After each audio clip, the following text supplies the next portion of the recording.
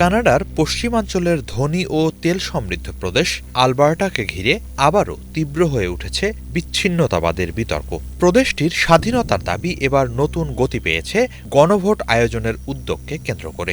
স্বাধীনতাপন্থী গোষ্ঠীগুলো দাবি করেছে তারা আলবার্টাকে কানাডা থেকে আলাদা করার প্রশ্নে গণভোট আয়োজনের জন্য প্রয়োজনীয় স্বাক্ষরের চেয়েও অনেক বেশি সমর্থন জোগাড় করতে সক্ষম হয়েছে।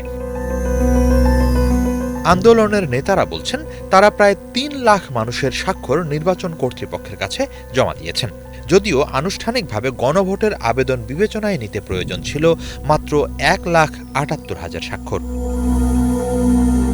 স্বাধীনতাপন্থী নেতা মিচ সিলভেস্ট্রে এই ঘটনাকে ঐতিহাসিক মোড় বলে অভিহিত করেছেন। তার মতে আলবার্টার জনগণ দীর্ঘদিন ধরে নিজেদের বঞ্চিত মনে করছে এবং এই উদ্যোগ সেই ক্ষোভেরই বহিঃপ্রকাশ। তিনি বলেন, আন্দোলন এখন এমন এক পর্যায়ে পৌঁছেছে যেখান থেকে পিছু হটার সুযোগ খুব কম।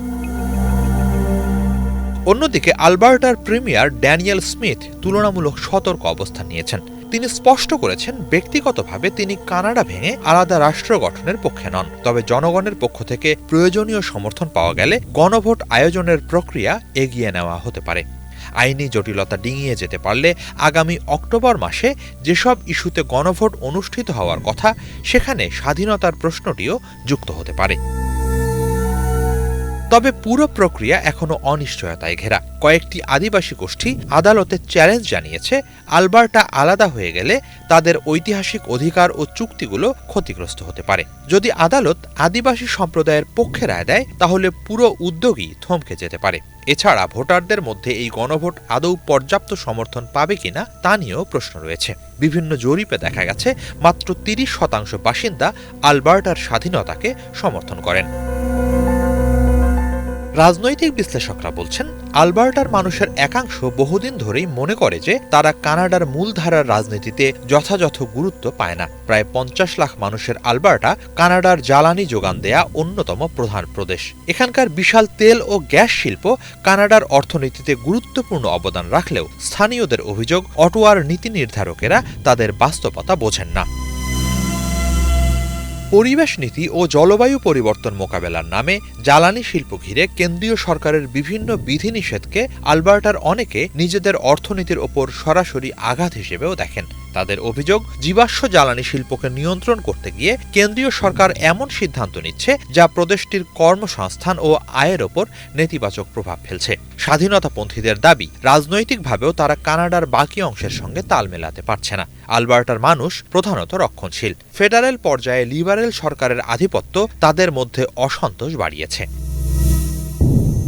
তবে এই আন্দোলনের বিপক্ষ অবস্থান অনেক শক্তিশালী। আলবার্টার সাবেক উপপ্রিমিয়ার থমাস লুকাজুক কঠোর ভাষায় বলেছেন, অধিকাংশ আলবার্টাবাসী কিংবা কানাডিয়ান এই বিচ্ছিন্নতাবাদকে সমর্থন করে না। তার মতে এটি জাতীয় ঐক্যের বিরুদ্ধে এক ধরনের দেশদ্রোহিতা। যুক্তরাষ্ট্রের সাবেক প্রেসিডেন্ট ডোনাল্ড ট্রাম্প নানা সময় বলেছেন কানাডাকে যুক্তরাষ্ট্রের ৫১তম অঙ্গরাজ্য করা উচিত। বেশিরভাগ কানাডিয়ান এ বক্তব্যে ক্ষুব্ধ প্রতিক্রিয়া জানালেও বিচ্ছিন্নতাবাদী গোষ্ঠীগুলো ট্রাম্প প্রশাসনের এ ধরনের অবস্থানকে নিজেদের রাজনৈতিক আলোচনায় ব্যবহার করার চেষ্টা চালাচ্ছে বলে অভিযোগ উঠছে।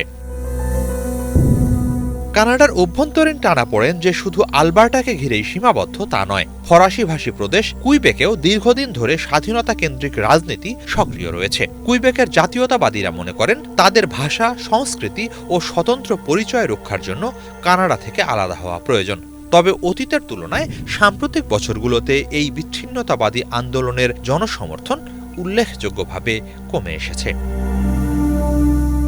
হিজল জোবায়ের, বাংলা ভিশন।